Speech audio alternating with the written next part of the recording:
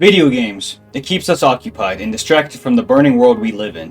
Whether you escape into a world of blocks to get away from your parents' divorce, to shooting zombies with your boys while experimenting with our Lord's sticky cheese, only to realize you'll never see them again.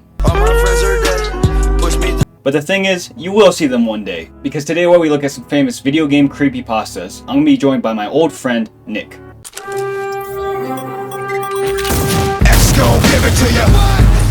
This is Neto. I'm going to go ahead and let him describe himself for you. Hello, my name is Nick. I post some gaming videos on YouTube from time to time, very infrequent. Lately I've been doing a lot of Zelda randomizer live streams, and it's not too important. What a sell that was. Fuck off. We've just got a Bitdefender update! Now, we will be looking at the origins of these creepypastas and the original stories. Some of these stories are last updated within last year, so we're not going to be looking at that because we're old and we're going to look at what we remember and loved. We're old as shit. He needs diapers. And why are we dressed up? Well, because this is recorded during spooky season and we are hip. Alright, let's get into it. Sonic.exe. One of the more common known video game creepypastas, Sonic.exe originates from a bootleg copy of Sonic the Hedgehog 3. It is a personal favorite of mine, and it was originated in August 2011 by user JC the Hyena, who submitted the story on Creepypasta Wiki about a strange CD-ROM the narrator received from a friend. The CD had Sonic.exe on it. .exe is a file extension designating an executable file. That story goes as follows. A young man named Tom was in love with the Sonic game series, and one day he was sent a CD by one of his friends, Kyle. Now this CD was a Sonic game, which is a plus. But Kyle also sent a letter begging Tom to destroy the disc, which is a negative. Aww. That's like Santa saying, hey, you need to burn your Christmas present. Bye bye puppy. Oh, Snowy!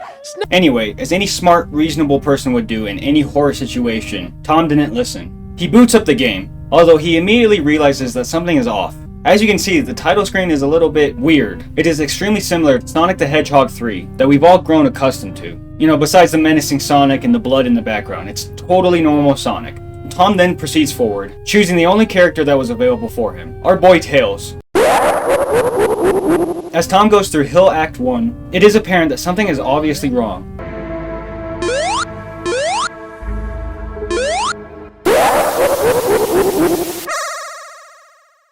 Hordes of dead animals all around, culminating with Sonic showing up towards the end of the level. When Tom's character, Tails, tries to go up to Sonic and touch him, Sonic abruptly opens his eyes and then the screen goes black, with the message, "Hello, do you want to play with me?" Hello. The next level, appropriately named Hide and Seek, Tom observes Tails getting chased by this morphed Sonic. At one point, Sonic starts to fly, which isn't normal for him.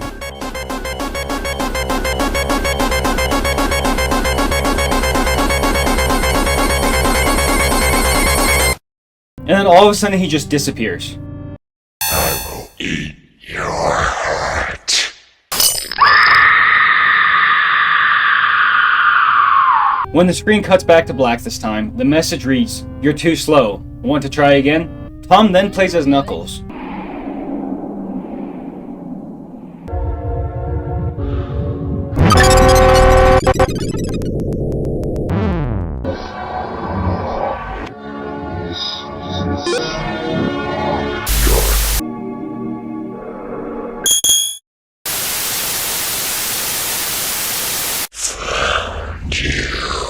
And after what it seems like a boss fight, Knuckles, loses, and then gets jumped and, red-rummed. You will die at my hands. After this, Tom would take a break from the game. But the thing about doing things you're explicitly told not to do is it usually comes back to bite you.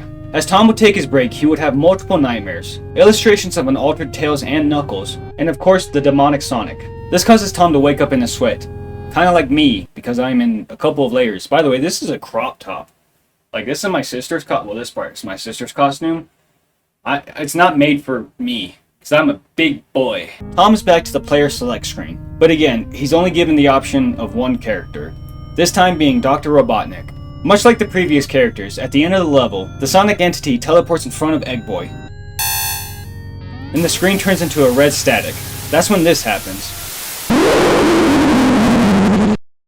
And as Tom took a breath of relief and turned around, he was met with a little bloody Sonic plushie, reminiscent of the Sonic he saw in the video game. In following stories, it is revealed that Tom would do a self-game over, Kurt Cobain POV, and Sonic.exe would be turned into an actual game by MY5T Crimson. My bad if I didn't say your name right, but I love you.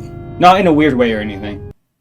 Now, I personally love this story because I love things where it's like doppelgangers, where something's off just a little bit. Granted, the bloody background in demonic Sonic is vastly different from the normal Sonic. I don't know, I love when childhood things get turned into something scary, and not like Winnie the Pooh horror movie, because that wasn't good. As I said earlier, it is one of my favorite creepypastas, but I have to admit some of the parts in it are a bit cliche. But throughout most of the original creepypastas, there's a lot of cliches to be found within each one of them. The cliche I'm talking about for Sonic.exe is the line, "I am God." Now I personally love that, but throughout a lot of creepypastas there's demonic entities where they claim to be a higher power or something. So if you go looking into this, just know that there are going to be some cliche parts, but besides that, I think it's a perfect creepypasta. Now if this introduction to the creepypasta Sonic.exe has sparked interest in you, I have the links to my research below, as well as the videos that collaborate with the stories. On to the next.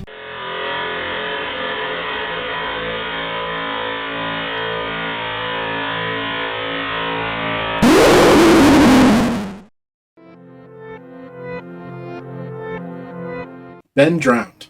Arguably the most well-known video game creepypasta, Ben Drowned is one that I hold very near and dear to my heart, especially because it's one of the first ones I've experienced, and it's also based on one of my favorite games of all time. It follows the tale of a college student, Jeducible, who buys a sketchy copy of The Legend of Zelda Majora's Mask for the Nintendo 64. After playing the game for a bit, Jeducible starts to witness some very strange activity in the game. Some of the things that he witnessed were Link burning alive, jump scares, total loss of control, and in some cases the game changing into a completely different game altogether. It's later revealed that the game is haunted by an entity known as Ben, who was sacrificed for a cult known as the Moon Children. He takes great pleasure in torturing Jeducible during his playthrough. Some famous quotes from this creepypasta are, "You shouldn't have done that," and "You've met with a terrible fate, haven't you?" All the original videos from this creepypasta are still uploaded to Jeducible's YouTube channel, and I definitely recommend you watch them. It even became a small web series ending in 2020. Personally, I remember when I was a kid, I saw a video about Ben Drowned by PeanutButterGamer. When I was a kid, I didn't know any better, and I thought that this was all real, and it terrified me to no end. Now that I'm older, I look back on it with definitely some nostalgia goggles, but it also brings back memories of a time when data mining wasn't really a thing, and we were never really certain of what exactly was within a game. Regardless though, Majora's Mask is still one of my favorite video games of all time, and I think it's definitely worth a playthrough for anyone that would like to play it. Just don't play the 3DS version. Do yourself a favor, play the N64 version. It's way better. Watch out! Herobrine. Herobrine is an extremely popular creepypasta, and he resides in the realm of Minecraft. He is supposedly a ghost that haunts the coding of Minecraft itself, and people also refer to Herobrine as him. You are not him! You are not him! The creepypasta originated from 4chan. What a lovely place to go. That's sarcasm, by the way. The post on 4chan showed off a screenshot that showed a weird entity in the background. You can see a character in Minecraft, which seems to be a doppelganger of the main character that you play as, Steve.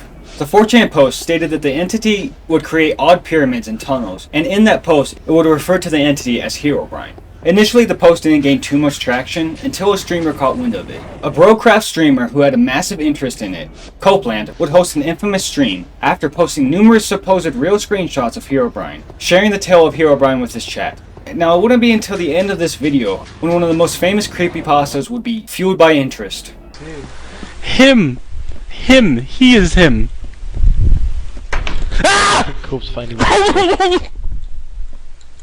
The legend of Herobrine infected players' games and would fill the minds of many kids, including me, as well as another fella named Patamus, who had a stream for a brief moment you could see Herobrine, which only added more fuel to that fire. But unfortunately, in a follow-up stream, Patamus was heard talking to his wife about how he was trolling the chat, and as such, the legend of Herobrine would soon fall.